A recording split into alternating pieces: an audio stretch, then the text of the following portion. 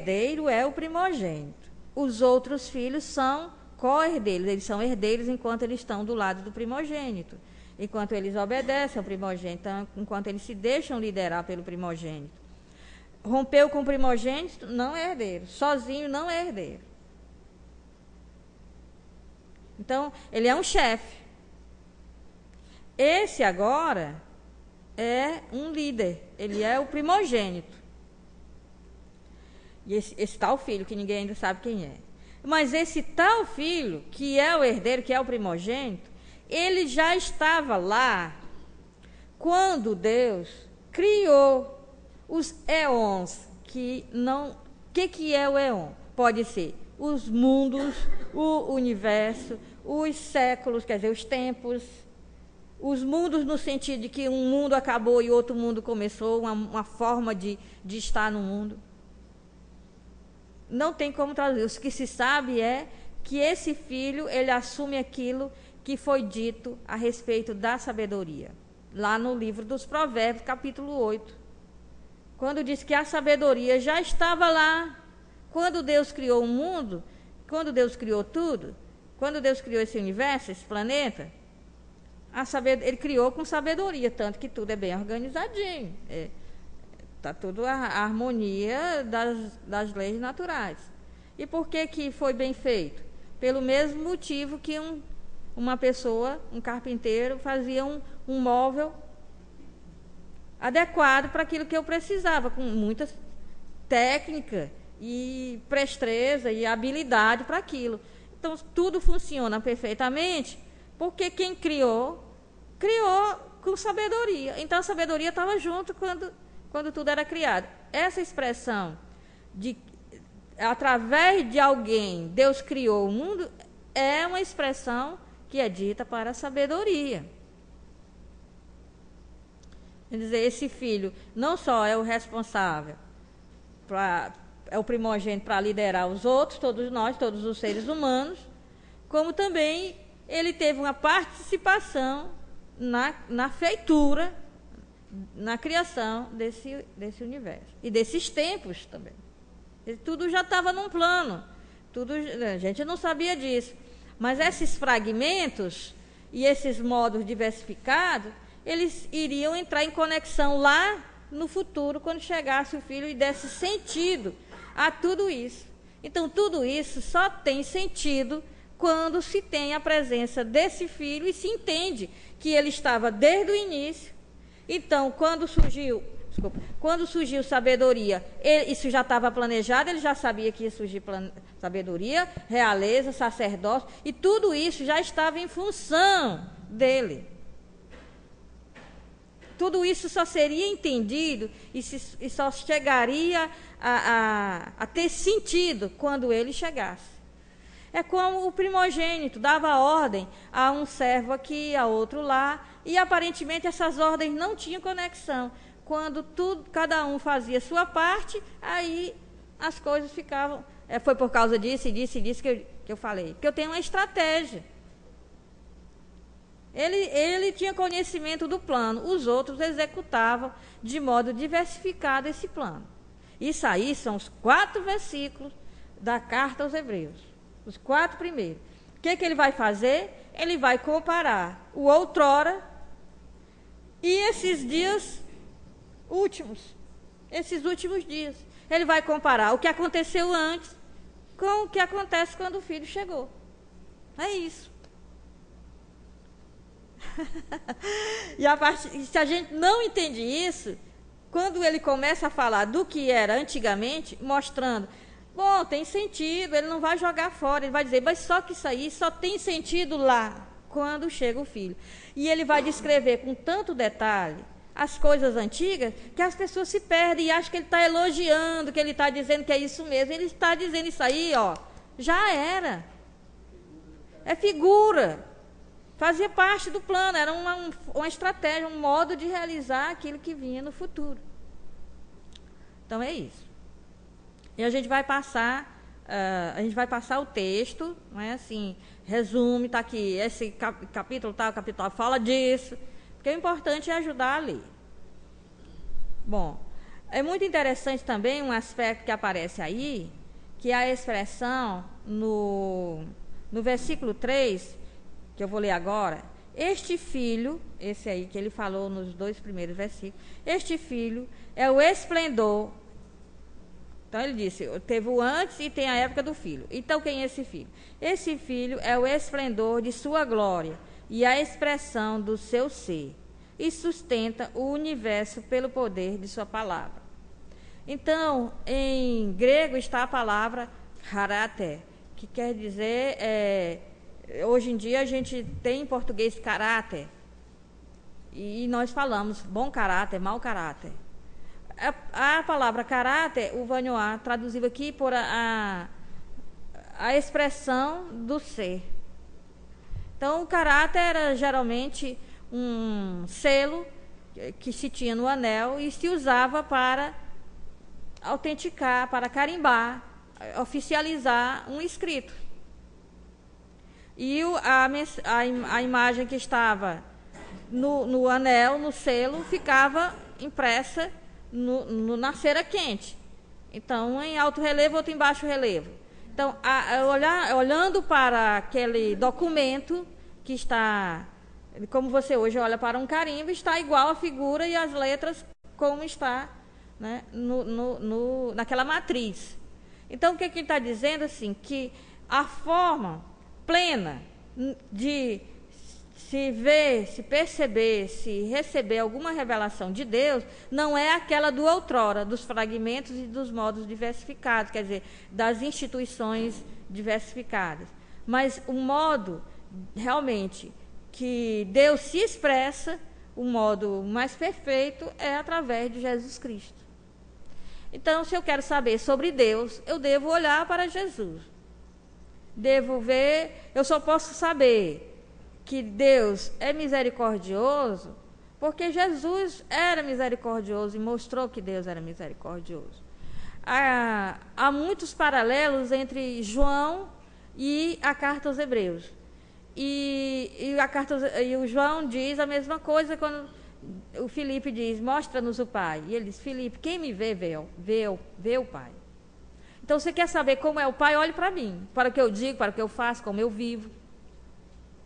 E então a carta aos Hebreus fala do caráter.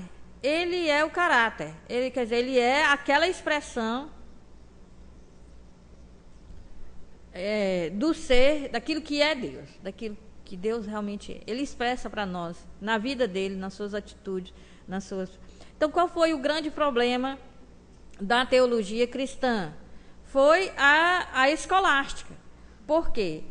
Porque a escolástica partia do Deus aristotélico, motor imóvel, etc., e aplicava os atributos de Deus, que eram atributos abstratos, em Jesus Cristo. Então, Deus é isso e mais isso, então eu vou ver se Jesus Cristo é. Não é assim que os textos do Novo Testamento fazem. O movimento é o inverso. Eu só sei a respeito do Deus que o cristão serve olhando para Jesus Cristo. Eu só sei que ele é justo por causa de Jesus Cristo. Eu só sei que ele é misericordioso por causa de Jesus Cristo. Eu só sei que ele perdoa por causa de Jesus Cristo. Eu só sei que ele nos ama por causa de Jesus Cristo. Senão, não teria como saber.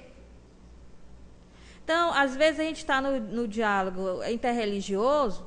E uma vez eu ouvi uma pessoa dizer assim, olha, nós não temos que falar de Jesus Cristo, nós cristãos aqui, porque a gente está num ambiente do diálogo interreligioso, então a gente tem que falar só Deus, porque quando a gente disser Deus, está igual para todo mundo, eu disse, tá não. Quando a gente disser Deus, a gente se entende tanto quanto a gente disser Jesus Cristo, sabe por quê? Porque se eu estou junto com um budista, ele tem uma percepção de Deus que não supõe Jesus. Se eu estou na presença de alguém do Islã, não supõe Jesus. Então, o Deus, que quando eu digo Deus, eu devo estar dizendo o Deus que eu conheci por causa de Jesus. Então, eu não estou dizendo a mesma coisa que um budista, eu não estou dizendo a mesma coisa que alguém do Islã. Eu não estou. Então, dizer Deus não é encontrar um ponto em comum para a gente conversar. Não, simples, não existe ponto comum. A gente conversa porque nós respeitamos o outro, pensar diferente e agir diferente. Ou então nós não conversamos. Porque não tem ponto comum, não. Por acaso, eu tenho um amigo só porque esse amigo pensa igual a mim, então não é meu amigo. Porque geralmente quando eu tenho amigo não tem nada a ver comigo. Pode ter alguma afinidade, mas não tem nada a ver. Meus grandes amigos e amigos que são desde a infância, eles não têm nada a ver comigo. Certo? Então, aqui ele quer dizer o seguinte: o que eu sei de Deus, eu não sei por causa da profecia, da sabedoria, do sacerdócio, da realeza. Não é por causa disso, porque isso é muito fragmentado. E são modos tão diversificados de compreender Deus. Para o sacerdócio, Deus só posso agradar a Deus se eu levar um sangue de animal. Para o profeta, eu só posso compreender Deus se eu praticar a justiça. Tanto faz o rito. O profeta diz, tanto faz. Aliás, esses ritos todos, vazios, externos, eu não gosto. É o oposto do que o sacerdote está dizendo. Então, não é por aí que eu sei sobre Deus. Eu sei sobre Deus quando eu olho para Jesus Cristo. Porque senão, eu vou dizer, em quem que eu vou acreditar? É no profeta? É no sacerdote? É no rei? É no sábio? Em quem é? Porque para cada um, Deus parece ser diferente.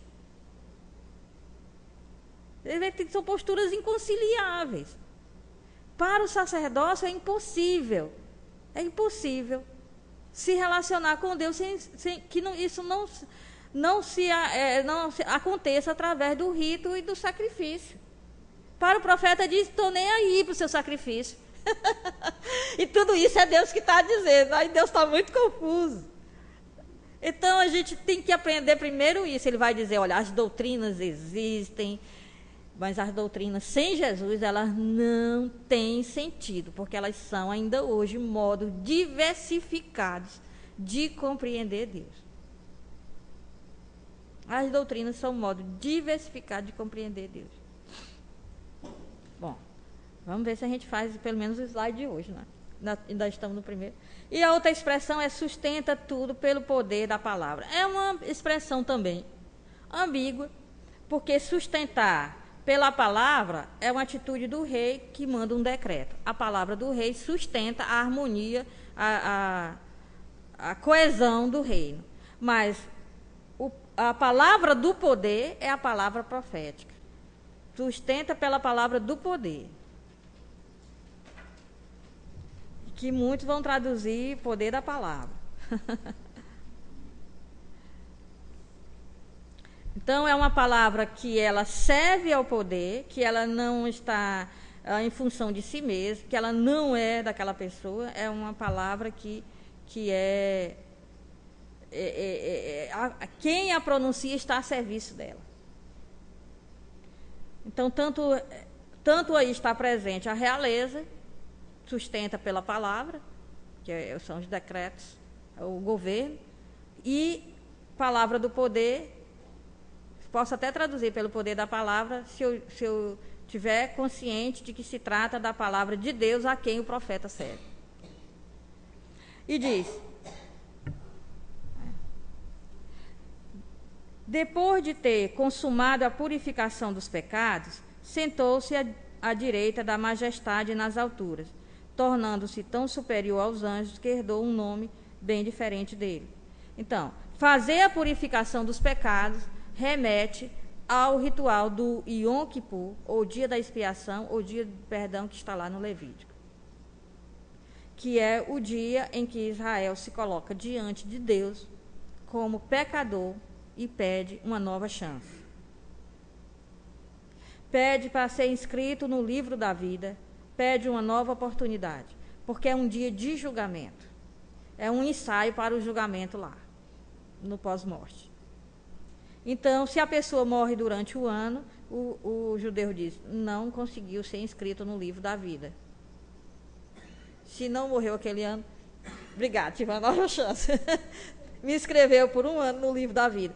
Pede, no começo do ano diz, eu estou aqui, eu pequei o ano inteiro, peço uma nova chance.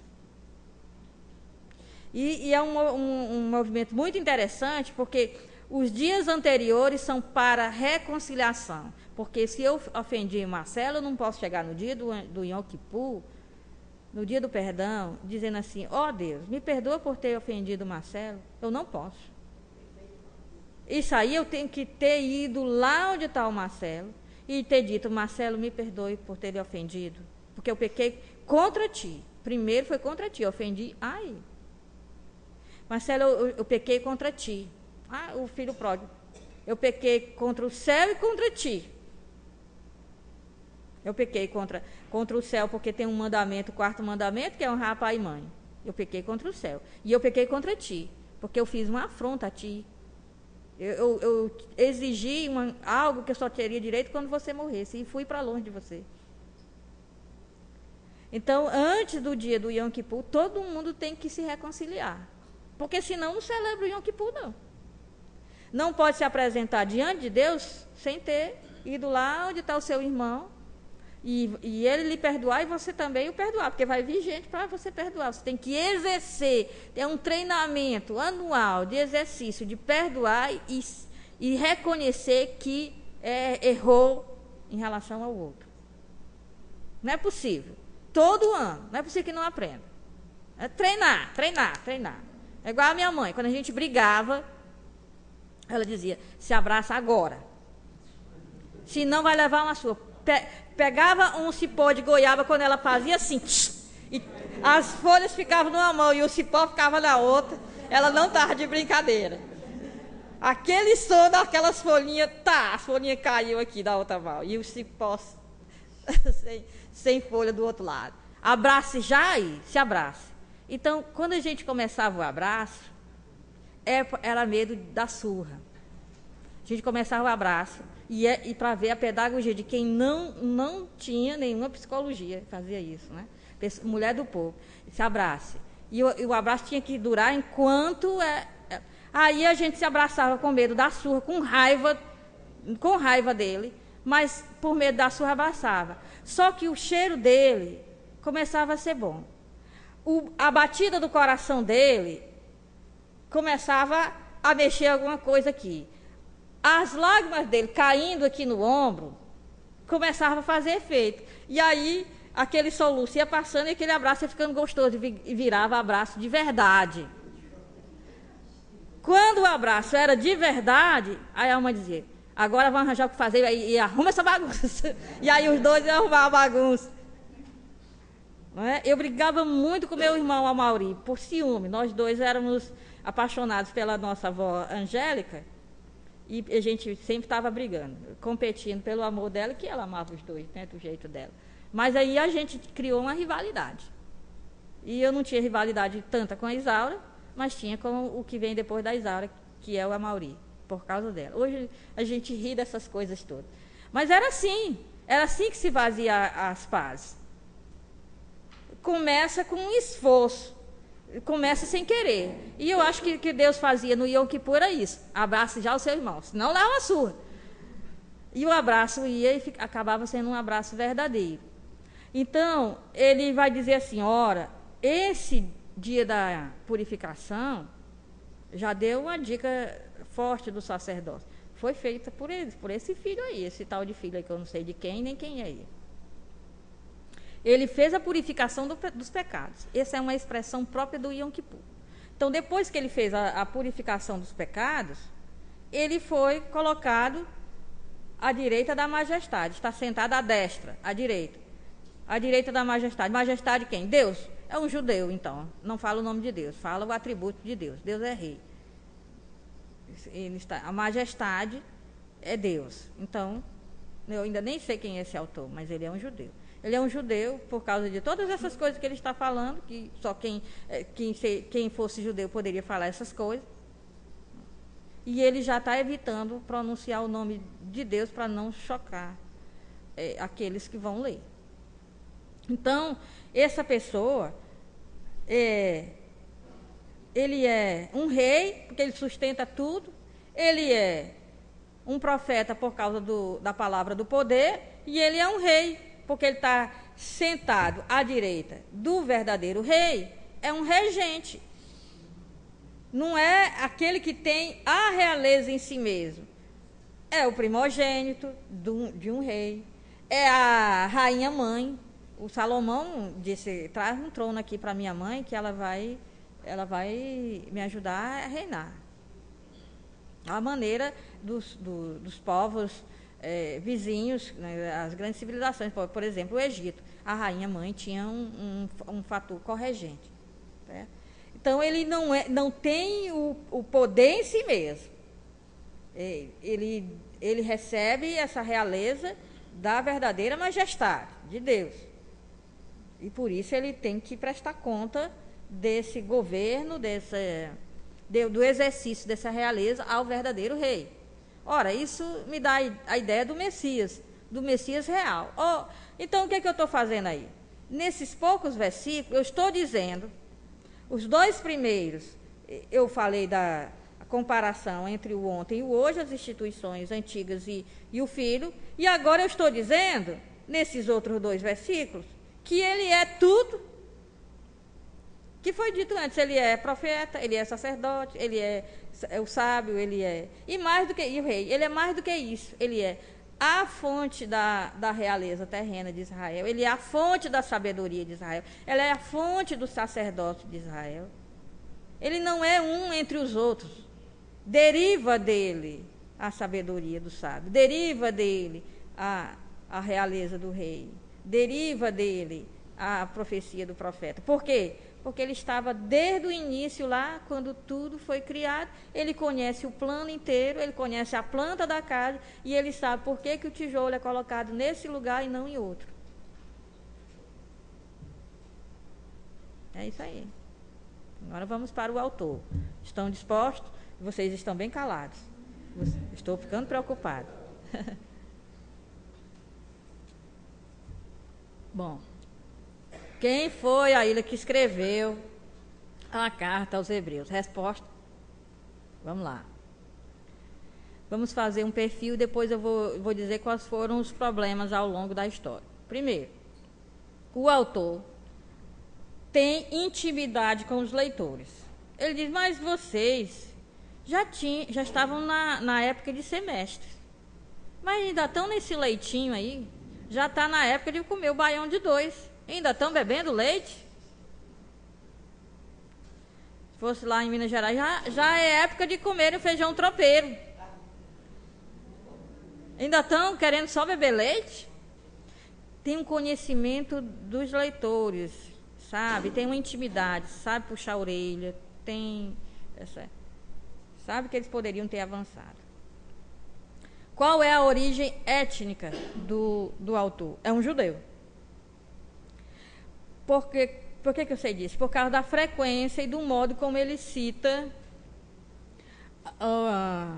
as coisas do Antigo Testamento e do conhecimento profundo que ele tem do culto, de dentro do templo, de dentro do santuário, que ele não vai mencionar o templo de Jerusalém, vai sempre falar o santuário, supondo o santuário no deserto. Não tem jeito dele não ser um judeu. Ele é um judeu. Mas ele é um judeu ele é um excelente teólogo, ele é um excelente exegeta, quer dizer, ele é uma pessoa que conhece as regras de abordagem, tanto de compreensão do Antigo Testamento, como também de atualização, de interpretar o Antigo Testamento.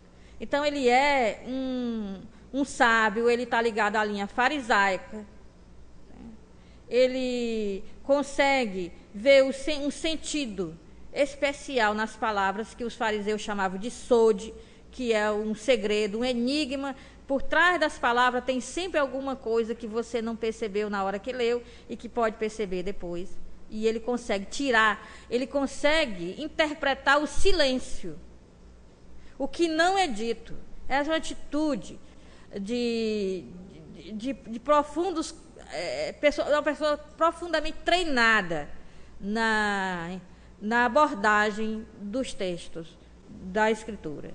Então, ele consegue quando ele não vê, ele vê que ninguém menciona de quem que Melquisedeque é filho, ninguém menciona a origem de Melquisedeque, e a primeira coisa que se faz a respeito de um sacerdote é provar a linhagem sacerdotal dele, ele consegue tirar desse silêncio, do que não é dito, ele consegue tirar um ensinamento. Então, ele é uma pessoa extremamente treinada e com muita intimidade com esses métodos dos fariseus de abordagem da Escritura. E ele consegue tirar coisas inéditas, que ninguém pensava, porque ele vai até a Escritura, o Antigo Testamento, à luz da ressurreição de Jesus, iluminado pelo que aconteceu com Jesus. E ele consegue tirar leite da pedra. Moisés tirou a água da pedra, ele tira leite da pedra. Então, ele consegue tirar coisa que ninguém conseguiria. Então, ele é o cara, né? Tá aí, então, ele é conhecedor dos métodos exegéticos dos fariseus. O estilo literário dele mostra que ele é versado na língua e na cultura grega. Ele entende de retórica. Ele sabe colocar um argumento. Ele sabe desenvolver o argumento e levar o leitor a uma conclusão espetacular. Ele escreve um dos melhores gregos do Novo Testamento. Os dois melhores gregos do Novo Testamento. A erudição é Lucas e o autor da carta aos Hebreus. E ele usa muito a alegoria, que é a tipologia, que é assim, fulano era figura disso. Então, o sacerdócio de Melquisedeque era uma figura do que viria a ser o sacerdócio de Cristo. Era para já nos fazer entender o sacerdócio de Cristo. Então, essa alegoria, essa forma de fazer alegoria e tipologia é própria de Fílon de Alexandria, que é um filósofo judeu. Quer dizer que essa pessoa, esse autor da carta aos Hebreus, ele foi aluno dos fariseus e ele foi aluno de uma escola filosófica muito conceituada, onde aprendeu com Filo de Alexandria. Aprendeu o modo de como Filo de Alexandria tratava a Escritura.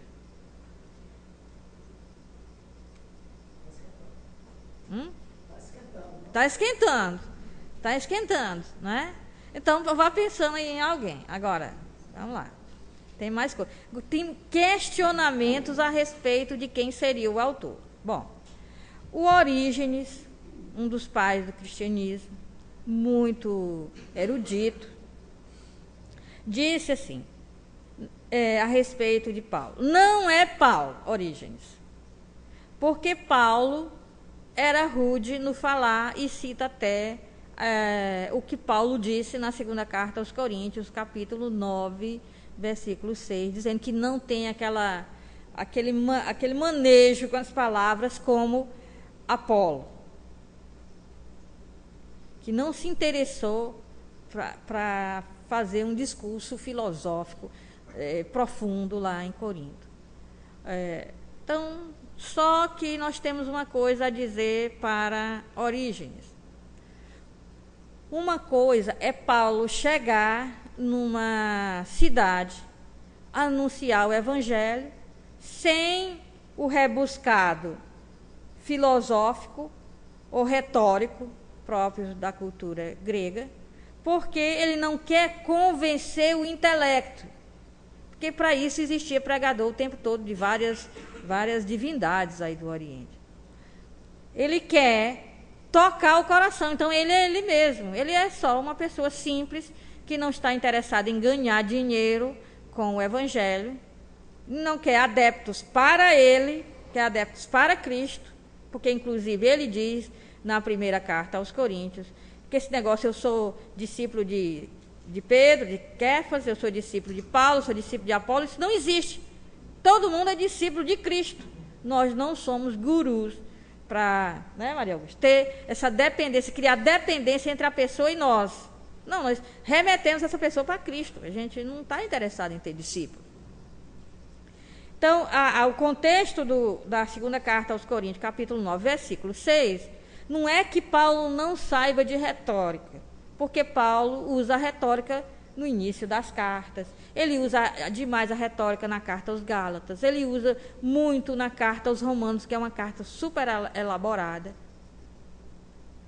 Ele tem conhecimento da cultura grega.